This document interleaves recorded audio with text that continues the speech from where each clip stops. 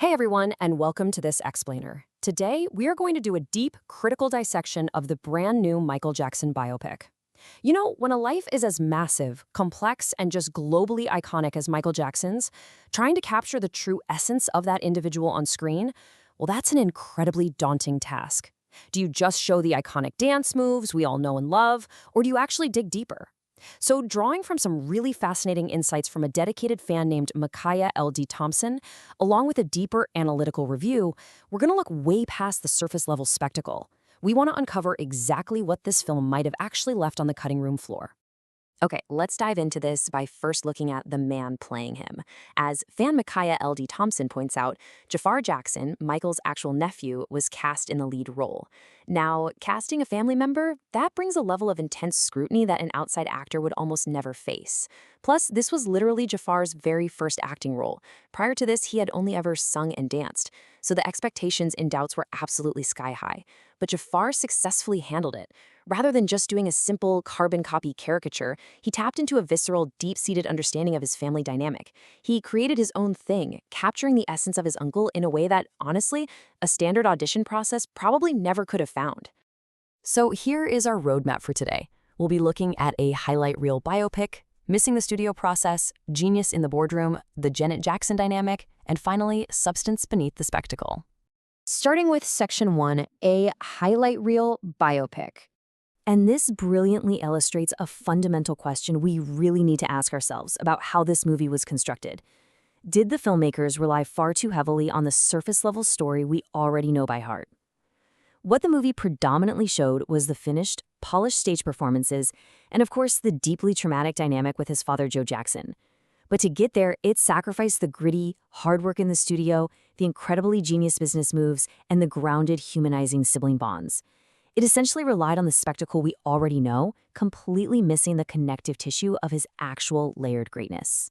Which brings us to a concept we're calling the highlight reel trap.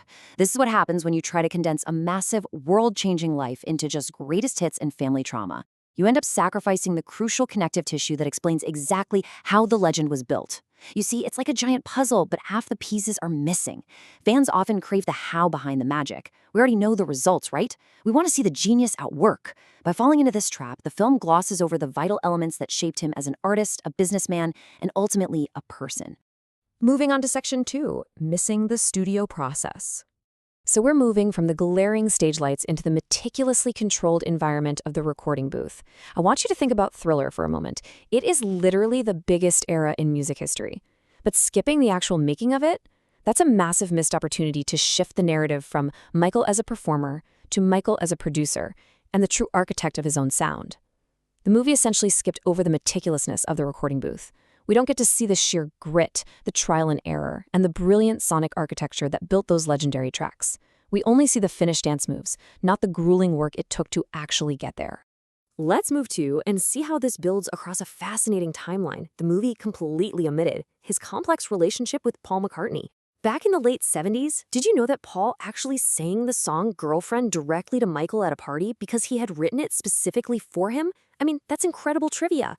That relationship led to 1982, where The Girl Is Mine became the very lead single for the entire Thriller era, making Paul a massive part of that chapter. And as we'll see in just a moment, that connection culminated in a huge move in 1985. Leaving McCartney out entirely means we missed seeing how they collaborated, how they clashed, and the deep creative grit behind his biggest era. That takes us to Section 3, Genius in the Boardroom. Now, what's really interesting about this slide is the number, $47.5 million. In 1985, this is the exact massive sum that Michael Jackson dropped to acquire the ATV Music Publishing catalog. And listen, this wasn't just a rich celebrity buying a shiny new toy. This was a highly calculated, forward-thinking business maneuver that is so often relegated to a mere footnote in his life story. Let's break down exactly what that $47.5 million bought and why it proves he was an absolute genius in the boardroom. He didn't just buy any catalog. He acquired the massive Beatles music catalog. And to do this, he didn't just outbid powerful corporate industry executives, he actually outbid Paul McCartney himself. No way, right? This was a total watershed moment in music history. It fundamentally shifted the power dynamic between artists and the industry.